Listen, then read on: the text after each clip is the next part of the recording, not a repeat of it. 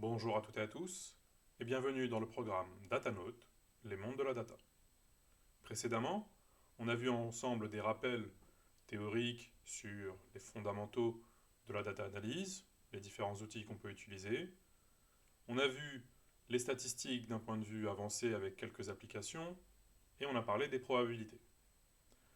À partir de ce cours, on s'intéressera à différents domaines professionnels et aux spécificités de ces domaines. Commençons par la data dans le jeu vidéo. Pourquoi analyser les données dans le jeu vidéo? Tout d'abord, pour optimiser l'expérience utilisateur et le gameplay, pour ajuster des mécaniques de jeu et pour rééquilibrer le gameplay, en termes d'amélioration de performance technique et pour la détection des bugs, pour optimiser la monétisation et les stratégies économiques.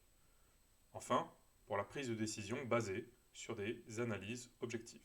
Par exemple, le jeu Fortnite ajuste la fréquence de ses mises à jour en fonction des taux d'engagement des joueurs.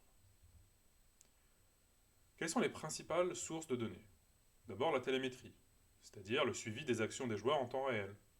Les analytics in-game, donc des outils de suivi de comportement, par exemple les Unity Analytics ou les Firebase. Les logs et les crash reports, donc la détection des erreurs techniques et l'optimisation. Le feedback des joueurs, très important, sur les forums, les réseaux sociaux, les évaluations. Et enfin les données transactionnelles, pour le suivi des achats et les conversions des offres. Par exemple, un studio mobile analyse les données de progression pour ajuster la difficulté et maximiser la rétention. Il y a trois types de données principales. Tout d'abord, le comportement des joueurs, le temps de jeu, la progression, les interactions. La performance et les engagements, on verra par la suite, donc le DAU, le MAU, le taux de rétention et le churn, la monétisation, l'ARPU, le LTV, on en reparlera par la suite, le taux de conversion des offres. L'idée ici est de comprendre comment les joueurs interagissent avec le jeu et optimiser l'expérience. Quels sont les défis à prendre en compte? Tout d'abord, la qualité des données. Le bruit, les données incomplètes ou biaisées. Il faudra faire aussi attention aux biais d'interprétation. Comme on l'a dit assez souvent, la corrélation ne signifie pas causalité. Et il faudra faire attention aussi à la surinterprétation des tendances. Il faudra faire encore plus attention au respect des réglementations, la conformité avec le RGPD, les CCPA pour d'autres pays, la collecte et le stockage sécurisé. En termes d'éthique, avoir un équilibrage entre optimisation du jeu et respect du joueur. Par exemple, la collecte excessive de données personnelles peut nuire à la confiance des joueurs et à l'image du studio. Parlons KPI et mesure de la performance. Il y a des indicateurs essentiels pour mesurer la performance d'un jeu. Tout d'abord, le DAU, donc le Daily Active Users, donc le nombre d'utilisateurs uniques par jour. Le MAU, cette fois-ci on change d'échelle de temps, c'est le Monthly Active Users, donc le nombre d'utilisateurs uniques actifs cette fois-ci par mois. Le churn rate, donc le pourcentage de joueurs qui quittent le jeu après une période donnée. Le ARPU, donc le Average Revenue per Paying User, donc le revenu moyen généré par un joueur payant. Et enfin, très important, le LTV, donc on parle aussi de CLTV, donc de Customer Lifetime Value, donc la valeur totale estimée d'un joueur sur toute sa durée d'engagement. On va utiliser tous ces KPI pour le suivi de la croissance et l'engagement et la rentabilité du jeu. Quelques méthodes d'évaluation, il y a l'analyse par cohorte, donc le suivi de groupes de joueurs en fonction de leur date d'entrée dans le jeu. Le stickiness pour le DAU et le MAU, donc la mesure de la fréquence d'engagement. Plus le ratio est élevé, plus le jeu est addictif. Le taux de rétention, très important, à trois échelles différentes. Donc Day 1, D1, Day, donc le jour 7, et le jour 30, le pourcentage de joueurs qui reviennent après 1, 7 ou 30 jours. Notre objectif ici est d'identifier les phases critiques où les joueurs quittent le jeu et optimiser l'expérience utilisateur. Quelques indicateurs financiers clés, le taux de conversion, le pourcentage de joueurs gratuits devenant payants, donc l'ARPU, donc l'average revenue per user, donc le revenu moyen par joueur, qu'il soit payant ou non, le taux de rétention des joueurs payants, suivi de la fidélité des joueurs qui dépensent, et l'impact des offres et des promotions, donc l'analyse de pic de revenus après des événements commerciaux. Par exemple, un jeu mobile peut ajuster ses prix et ses offres en fonction des performances des bundles. On peut optimiser via ce qu'on appelle le Live Ops, donc c'est le suivi des indicateurs post-mise à jour, la rétention, l'engagement, le taux de conversion après un patch. Pour les événements in-game, donc les saisons, les tournois, les promotions, on va mesurer l'impact sur le DAU, le MAU et la monétisation. Pour l'ajustement des mécaniques de jeu en temps réel, on va s'intéresser au rééquilibrage en fonction des retours de joueurs. Par exemple, un jeu de type Battle Royale ajuste ses récompenses après une baisse de l'engagement sur un événement.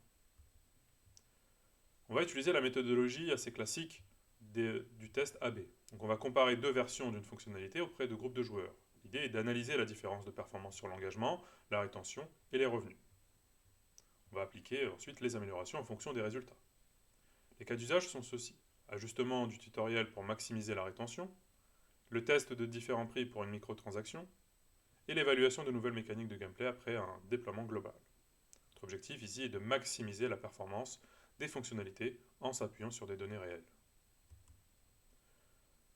On peut analyser et on doit analyser le comportement aussi des joueurs.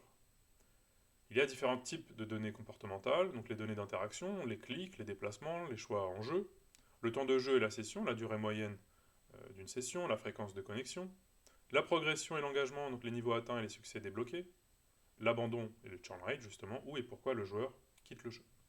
L'objectif ici est de comprendre les habitudes des joueurs pour ajuster l'expérience et maximiser l'engagement. Il y a différentes catégories de joueurs, très rapidement. Il y a les casual players, donc qui vont avoir des sessions courtes avec un faible engagement compétitif. Il y a les hardcore players avec des sessions longues, un investissement dans la progression. Il y a ce qu'on appelle les baleines, ou en anglais les whales, c'est un faible volume de joueurs, mais qui ont les dépenses les plus élevées en général. C'est eux qui ramènent plus d'argent à une entreprise, surtout sur les jeux free-to-play. Les churners, ce sont les joueurs ayant quitté le jeu après une période d'inactivité. Ici, l'idée est d'adapter le contenu et les offres marketing à chaque type de joueur.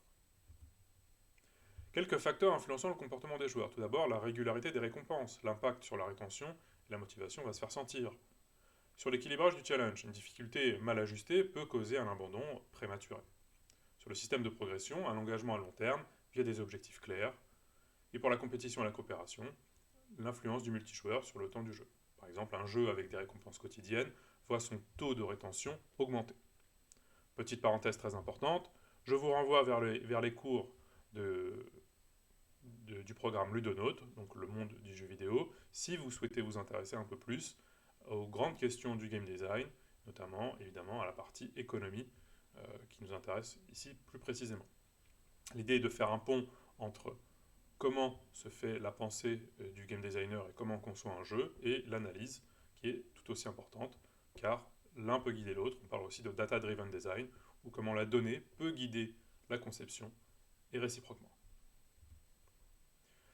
On peut faire des améliorations possibles avec la réduction des points de friction, simplifier les menus et les tutoriels, adapter la difficulté, avoir un ajustement dynamique selon les performances du joueur.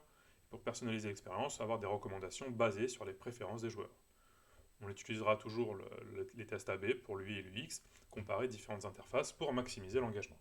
Notre objectif, évidemment, est d'améliorer l'ergonomie et la fluidité de l'expérience du jeu.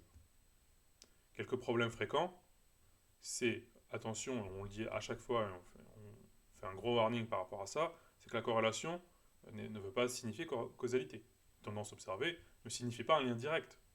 On peut avoir des biais de collecte, comme on l'a dit, donc certaines données peuvent être partielles ou mal représentées. On peut avoir une surinterprétation des comportements, une baisse d'engagement peut avoir des causes externes, des tendances externes ou des problématiques liées à la saisonnalité. Et si on a une trop grosse dépendance excessive aux données, il faut ne pas non plus ignorer l'intuition et la créativité dans le game design. Une baisse de temps de jeu n'indique pas forcément justement des intérêts, mais peut-être, c'est ce qu'on a dit, lié à un changement saisonnier. En termes de data et monétisation, donc quels sont les différents modèles économiques principaux? Pareil, je vous renvoie, si vous voulez en savoir plus sur la conception d'un jeu vidéo, au programme Ludonote qui est disponible gratuitement sur YouTube.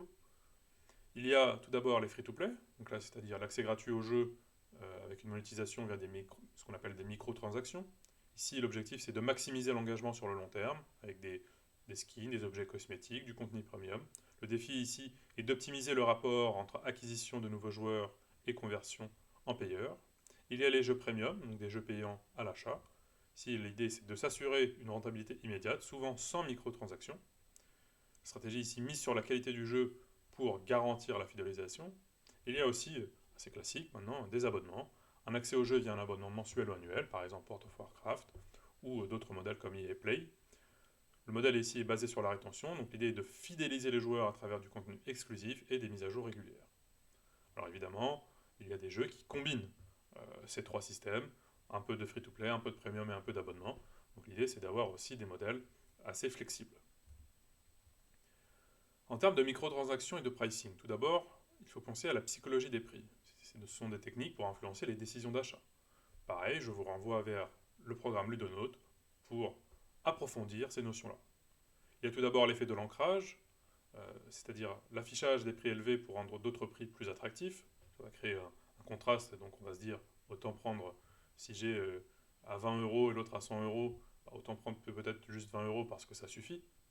Le pricing par lot, donc un pack de 100 gemmes pour 4,99, avec un pack de 500 gemmes dans l'autre côté pour 20 euros. L'idée c'est que le joueur aille vers l'achat qui a le meilleur rapport qualité-prix. Toujours avec l'A/B testing, optimiser les tarifs et les offres via des tests comparatifs, tester différentes présentations de prix ou promotions pour maximiser le taux de conversion. L'impact ici, ça va être de permettre d'affiner les stratégies de pricing et de réduire la friction dans le processus d'achat. On peut avoir aussi des offres limitées dans le temps, donc créer un sentiment d'urgence, par exemple offre valable que jusqu'à minuit ou que pendant une semaine. Augmenter les achats impulsifs et l'engagement à court terme. Attention, on en reparlera, problème d'éthique. L'idée, c'est pas de manipuler le joueur, mais il faut toujours se limiter, in fine, à des questionnements éthiques. Et sur la promotion ciblée, utiliser de la data pour personnaliser les offres, donc offrir des réductions ou du contenu exclusif aux joueurs qui montrent des signes de désengagement. Avoir des offres basées sur le comportement d'achat. Compléter votre collection de skins, par exemple, pour 50% de réduction. Et sur les bundles et les packs, des ventes groupées de contenu. Ça va augmenter la valeur perçue tout en augmentant la valeur moyenne par utilisateur, notre fameux ARPU. On l'a dit, avoir une monétisation éthique, c'est très important. Donc l'objectif est d'intégrer des éléments payants sans perturber l'expérience du jeu principal. Donc on veut éviter absolument ce qui est très mal perçu par les joueurs et à raison, c'est le pay to win. C'est-à-dire que les gens qui payent, c'est eux qui peuvent plus gagner les parties, pour que les joueurs non payeurs aient une chance équitable d'atteindre les objectifs. J'ai parlé du data-driven design et je vous renvoie encore une fois vers le programme Ludonote. L'idée, c'est d'utiliser la data pour équilibrer les mécanismes de monétisation et de garantir une expérience fluide. C'est là qu'on joue notre rôle en tant que data analyst. C'est si on est surtout game data analyst, et si on est game designer aussi, on a les deux casquettes, on saura justement comprendre les données pour pouvoir prendre des décisions stratégiques en termes de game design. Il faudra analyser les comportements des joueurs, évidemment, on l'a dit, pour ajuster les microtransactions sans nuire à l'engagement.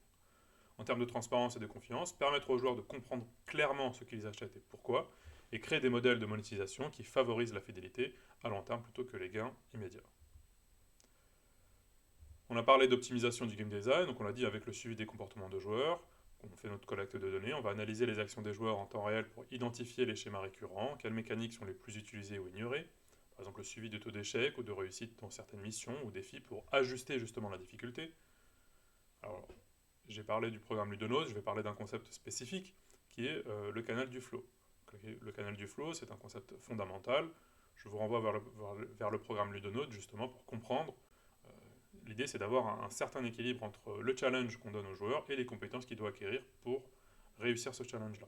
Si le challenge est trop difficile du premier coup, on va créer de la frustration. Si les challenges sont trop faciles, on va créer de l'ennui auprès du joueur.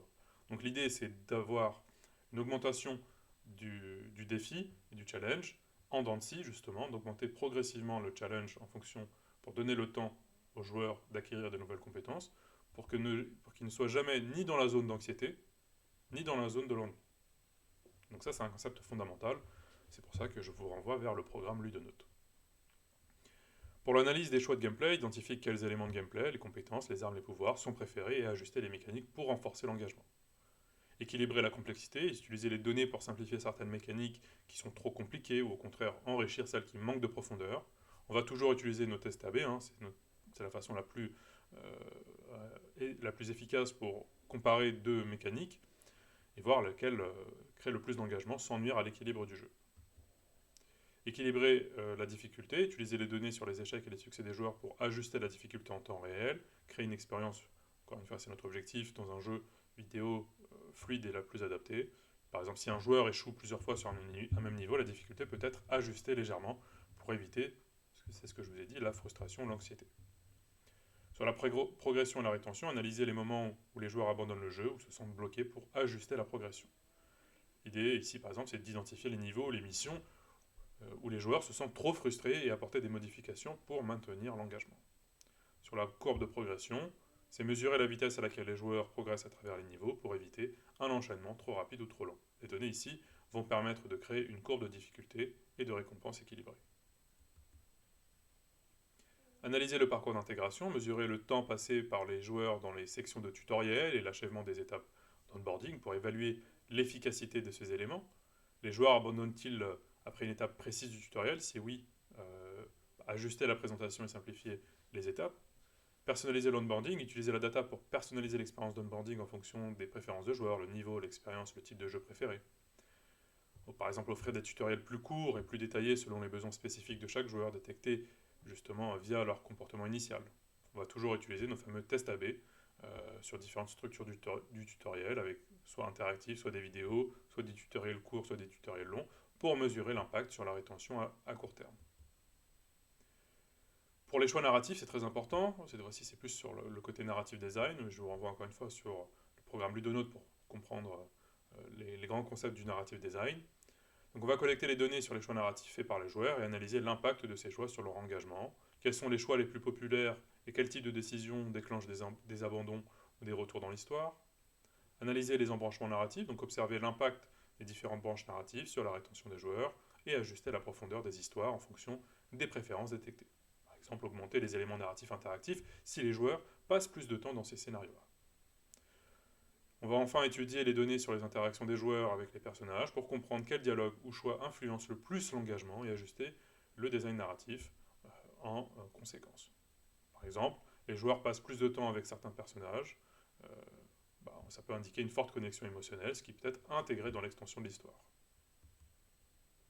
Sur la data et le développement du jeu, donc l'idée, il y a différentes étapes importantes dans la production du jeu, notamment le prototypage, qui est très important dans la pré-prod, mais après, ensuite, pendant le développement du jeu, donc la partie, que ce soit sur le moteur du jeu Unreal, Unity ou autre, l'idée c'est de voir comment on peut détecter des bugs et comment la donnée peut nous aider à détecter ces bugs très rapidement. Je vous renvoie encore une fois vers le programme Ludonote pour en savoir plus sur le processus du jeu vidéo. Tout d'abord sur le prototypage. Lors du développement de prototypes, les données collectées sur les comportements des utilisateurs permettent d'évaluer rapidement l'efficacité des nouvelles mécaniques ou des concepts de gameplay. Par exemple, le suivi des premières interactions avec un prototype pour voir si les joueurs comprennent immédiatement les mécaniques ou si des ajustements sont nécessaires. Avoir des itérations rapides, les retours des joueurs en temps réel permettent de mettre en œuvre des ajustements instantanés. L'analyse des données facilite la priorisation des modifications qui auront l'impact le plus significatif sur l'expérience du jeu. Par exemple, tester différentes versions d'une interface utilisateur pour identifier la plus intuitive avant de passer à des phases de développement plus avancées.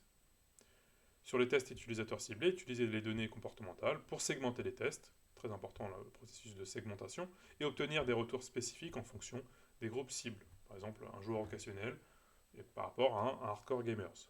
Analyser ici les interactions des joueurs avec les premiers niveaux d'un jeu pour ajuster la courbe de difficulté avant le développement du reste du jeu. Identifier évidemment, très important, les bugs grâce au log de données. Utiliser les données en temps réel générées par le jeu, donc le log pour détecter les erreurs techniques. Les rapports de crash, les événements anormaux permettent justement une identification plus rapide des problèmes. On va utiliser nos outils de télémétrie. La télémétrie permet de collecter des données détaillées sur la performance du jeu, le nombre d'images par seconde, la latence, l'utilisation du CPU ou du GPU, donc, que ce soit le processeur ou la carte graphique, et aider à identifier les goulets d'étranglement techniques. Par exemple, si une fonctionnalité cause une baisse significative des performances, ces données permettent de cibler les aspects améliorés, la réduction de la charge graphique, l'optimisation de l'IA, etc. On peut aussi faire, et on doit faire des tests de régression. En suivant les données avant et après l'implémentation des mises à jour, il est possible d'identifier justement de nouveaux bugs et des régressions, ou si des régressions apparaissent, ce qui va être essentiel pour maintenir la stabilité du jeu. Sur le patching et les mises à jour, après le lancement, les données permettent de repérer les problèmes de performance et les bugs qui ne sont pas manifestés lors des tests de pré-lancement. Par exemple, les joueurs peuvent rencontrer des problèmes de stabilité après une mise à jour importante. Les données permettent de localiser et de résoudre ces problèmes plus efficacement. En termes d'équilibrage ou de balancing, le rééquilibrage des mécaniques de jeu est facilité par l'analyse les données de gameplay des joueurs. Par exemple, si une arme ou un personnage est utilisé de manière disproportionnée, les développeurs peuvent et doivent ajuster les statistiques pour maintenir l'équilibre du jeu. Par exemple, si certains éléments du jeu sont trop puissants, les données permettent d'ajuster la balance, l'équilibrage, sans perturber l'expérience globale. Sur la rétention des joueurs, les données de rétention post-lancement aident à comprendre pourquoi certains joueurs abandonnent le jeu. Par exemple, un taux élevé de désabonnement après un certain niveau peut signifier que la difficulté est trop élevée ou que l'attrait du contenu est insuffisant. Sur les données du multijoueur, on va suivre en temps réel les interactions multijoueurs. Les jeux multijoueurs nécessitent une surveillance constante pour s'assurer que l'expérience du jeu en ligne est fluide. La collecte des données justement sur les interactions en ligne permet d'identifier rapidement les problèmes de connexion, de latence ou de synchronisation. Les jeux en live service reposent sur des données pour ajuster les serveurs en fonction de l'activité des joueurs. Les pics de connexion peuvent être identifiés pour éviter la surcharge des serveurs. On peut même les prédire avec des méthodes de machine learning. On va réajuster les ressources serveurs lors des événements spéciaux ou des promotions pour garantir la stabilité. Dans un environnement live service, les développeurs peuvent utiliser les données pour déployer les contenus en temps réel qui répondent aux besoins des joueurs. Cela inclut des événements spéciaux, des promotions ou des ajustements de gameplay. Évidemment, on va s'intéresser enfin aux questions éthiques et aux enjeux réglementaires. Tout d'abord sur la donnée et la vie privée, donc faire attention à la collecte des données sensibles. Les studios collectant des données personnelles, âge, localisation de comportement, qui doivent absolument faire attention parce qu'ils peuvent entrer en conflit avec les attentes de confidentialité des joueurs. Il faut sécuriser les données, donc garantir la protection des données des joueurs face aux cyberattaques et aux fuites des données, et créer une confiance avec les joueurs. Un mauvais usage des données peut nuire à la réputation des studios, évidemment. On peut comprendre pourquoi. Faire attention aux réglementations, donc pour nous ce qui nous intéresse c'est en Europe, sur le RGPD, ça exige le consentement explicite des utilisateurs pour la collecte de leurs données et garantir leur droit à l'effacement des données après une période. Il y a le CCPA en Californie et le COPPA aux États-Unis qui sont les réglementations propres à ces différents pays. Les principes du RGPD sont ceux-ci: avoir un consentement éclairé, les joueurs doivent donner leur consentement explicite avant la collecte de leurs données personnelles, un droit d'accès et de rectification, les joueurs ont le droit de savoir quelles données sont collectées et peuvent demander des corrections ou la suppression de celles-ci. Sur la portabilité des données, les utilisateurs peuvent demander à récupérer leurs données et à les transférer à un autre service. Sur la minimisation des données, seules les données nécessaires au bon fonctionnement du service doivent être collectées. Il faut absolument évidemment protéger les données, donc on doit mettre en place des mesures de sécurité pour protéger les données contre les violations. Et s'il y a une notification en cas de violation, en cas de fuite de données, les studios doivent notifier les autorités compétentes et les utilisateurs dans les 72 heures. Voilà, ce cours est terminé et je vous dis à tout de suite pour un prochain cours.